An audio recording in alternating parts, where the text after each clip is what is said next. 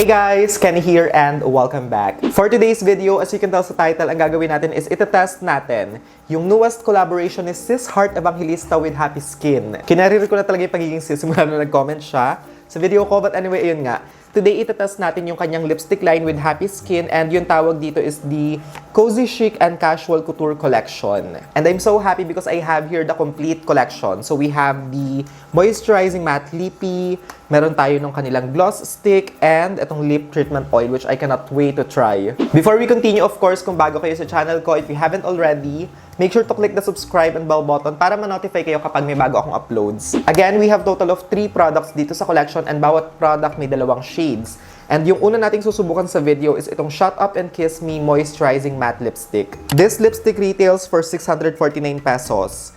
It contains 3.5 grams, and yung claims niya is that it is matte finish, hydrating, and moisturizing.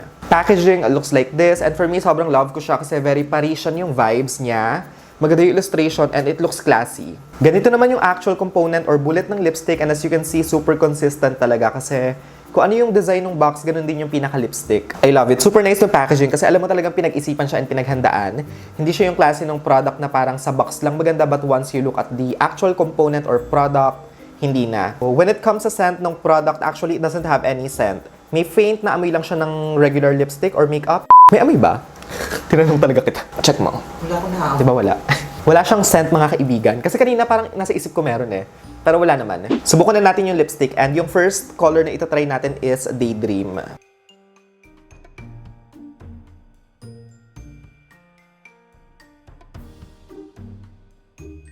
I like this color and I can see myself using this one. Tsaka yung kulay niya kasi maganda dahil bagay sa kahit anong skin tone.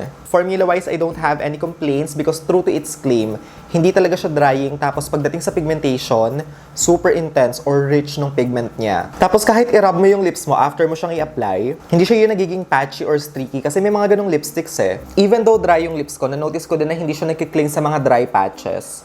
Natatakpan ko na pala ng salamin, but ayun nga. Siguro for me, yung masasabi ko lang na downside about this lipstick is that mabilis siyang maging messy, especially sa corner ng lipstick. Ipapop ko na lang sa screen yung close-up kasi pinicturan ko siya, but ayun nga. For me, ayun lang yung masasabi kong parang negative about the component. Ang bilis niya maging messy, especially since white to. Ito namang susubukan natin this time is called Signing Off, and this color is kind of like a terracotta-ish shade. Hindi ako magaling mag-explain ng kulay, guys.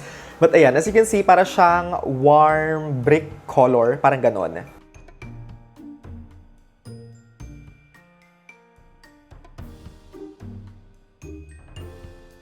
Ganito naman yung shade na Signing Off on the lips, and to be honest, sorry sis heart, pero hindi ako big fan ng kulay. Kilala niyo naman ako, di ba? Hindi talaga ako mahilig sa mga orange na lipstick, kaya hindi ko ma-appreciate. Maganda naman siya, but not for me. Kay Heart, maganda to, panigurado kasi pretty siya. Pero sa akin, hindi eh. Formula-wise, I don't have anything bad to say kasi talagang consistent. Super pigmented, easy to apply, as in one swipe opaque na, tapos hindi siya drying. Okay guys, so this time, ang subukan naman natin is itong Happy Skin X Love Marie Gloss Stick. This one contains 2 grams. It retails for 599, and yung claims niya is that it makes your lips plump, firm, and moisturized. And when it comes sa component, same lang sila doon sa matte Lippy. Same lang yung illustrations, yung pinaka-box and all. So, ang naiba lang talaga is yung pangalan. Yung isa gloss stick and yung isa moisturizing matte lipstick. Ito naman yung packaging nitong gloss stick. And as you can see, same sa matte lipstick. This one as well, super classy and fun nung packaging niya. Super cute and nice nung illustration. I love it. Kasi very ano talaga eh, Parisian yung vibes niya. Actually, feeling ko yun nga yung vibes. Kasi diba, madalas si Heart sa mga fashion week, ganun. So, siguro isa yun sa mga inspo niya. So, once you open this, ganito siya guys. Meron siyang parang stopper. Siguro para hindi mag-leak or masira yung lipstick. I don't know. Paano ba ito tanggalin? Wait lang. Okay, pinupull siya pataas. Ayun. Actually, maganda yung idea na meron siyang parang stopper para sigurado kayo na hindi masira or, di ba, ma-ruin. Yun din yun. Same lang siya. But ayun nga, para mas secured yung product basically. Oh, this one guys. Nag-leak siya. Ayun, nag-leak siya. But hopefully okay naman yung loob. Look at that. I mean, hindi naman siya big deal. So, Wait lang, ayusin ko lang. At kulay neon pink siya. I don't know why. Siguro yung ano to, parang nagsamang pigment and oil. Tapos this one guys, ano siya, tinutwist. And ito yung ano yung kapag ka tinwist, hindi na nababalik. So, huwag nyo siyang paglalaruan kasi kapag ka na-twist nyo na, ayun na yun. Kaya kung meron kayo nito, huwag nyo ipapalaro sa bata kasi panigurado, maiirita kayo after. Anyway, subukan na natin siya. And yung first nating shade na itatry is si In The Nude.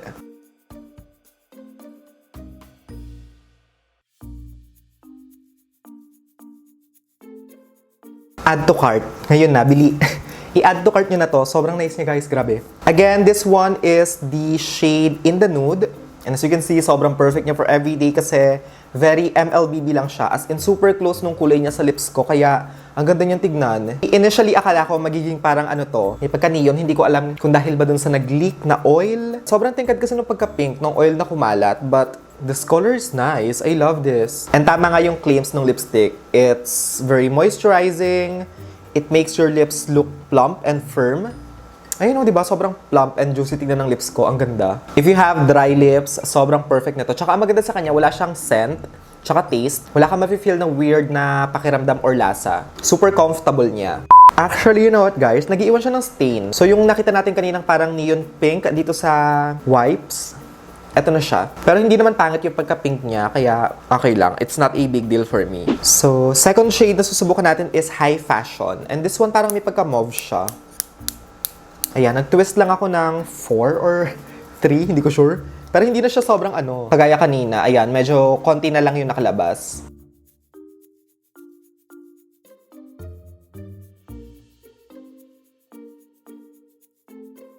Ang ganda din ito.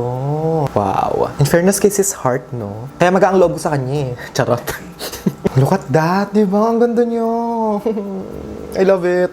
Kung yung lipstick shade naman nahanap nyo is yung medyo may pagka-pink, medyo matingkad but still wearable, yung hindi masakit sa mata or intimidating, I'm very sure magugustuhan nyo tong shade na to. Maganda siya sa lips, however, meron siyang downside and that is, since light yung kulay niya, medyo nagpipicture pa yung kulay ng lips. Kaya kung dark yung lips nyo, baka hindi nyo siya ma-appreciate kasi sa akin, nakikita ko pa yung ano eh, kulay ng lips ko sa ilalim. This one is an instant fave and panigurado, madalas kong gagamitin to. Especially yung shade na In The Nude. Final product na susubukan natin dito sa video na to is yung isa pa sa mga excited akong itry and that is itong Love Marie and Happy Skin na Lip Treatment Oil. This one retails for $5.99.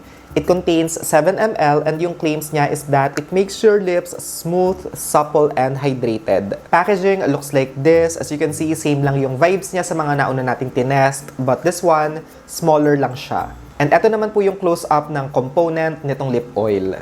It looks familiar actually kasi diba, para siyang ano, EB Advanced Vinyl Gloss and Clarins. So, kung magkakaanak silang dalawa, eto yun. Hindi naman masama, but ayun nga, napansin ko lang naman. So, huwag niyo ako anuhin.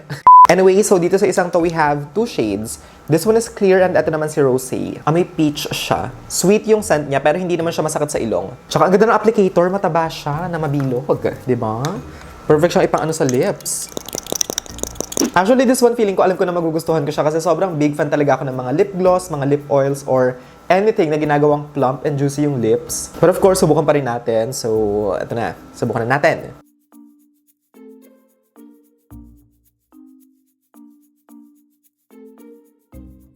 And here you have it, guys. Ganito yung lip oil in clear kapag ka nakalagay na sa lips and I love it. Big fan nga kasi ako ng ganito. Kaya nung nalaman kong merong lip oil, sobrang na-excite talaga ako. And this one is so nice kasi sobrang light niya sa lips. Tsaka diba tignan nyo, ang ganda ng shine na binibigay niya sa lips. Para siyang glass. Ganun siyang kakintab. So yeah, for me, I like this. I don't have anything bad to say. Lip oil is lip oil.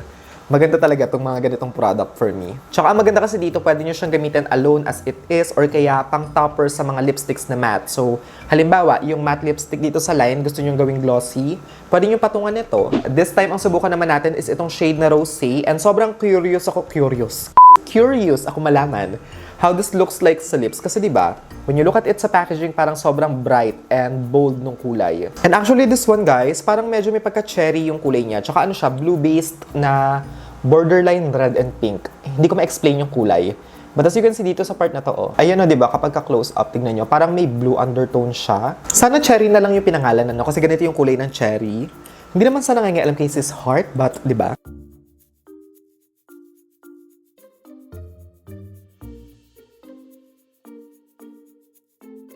Ganito naman yung shade na rosé kapag ka nakalagay sa lips. And to be honest, super duper faint lang nung pagka-pink or tint na binibigay niya. But it's actually nice. I like this color as well. Maganda yung kulay na binibigay niya sa lips kasi it looks very natural. Hindi siya yung parang mga kulay ng pang magic lipstick, mga magic lip gloss, ganun. Nahanap ko na yung proper term. Malakas maka-fresh yung kulay niya kasi diba, sobrang natural lang talaga ng kulay na binibigay niya. As in, parang in-emphasize niya lang or in-enhance yung lip color, kaya ang ganda. In fairness kay Sis Heart, na mahusay siyang gumawa ng mga ganito. I love it. And that's it, guys. Ayun na yung complete swatches ng bagong collaboration ni Heart with Happy Skin. And again, yung tawag dito sa collection na to is the Cozy, Chic, and Casual Couture Collection. And overall, for me, sobrang nagustuhan ko tong collection na to kasi ang ganda ng formula ng mga products. Again, dito sa kanilang Shut Up and Kiss Me Moisturizing Matte Lippie, sobrang nagustuhan ko siya kasi true to its claim.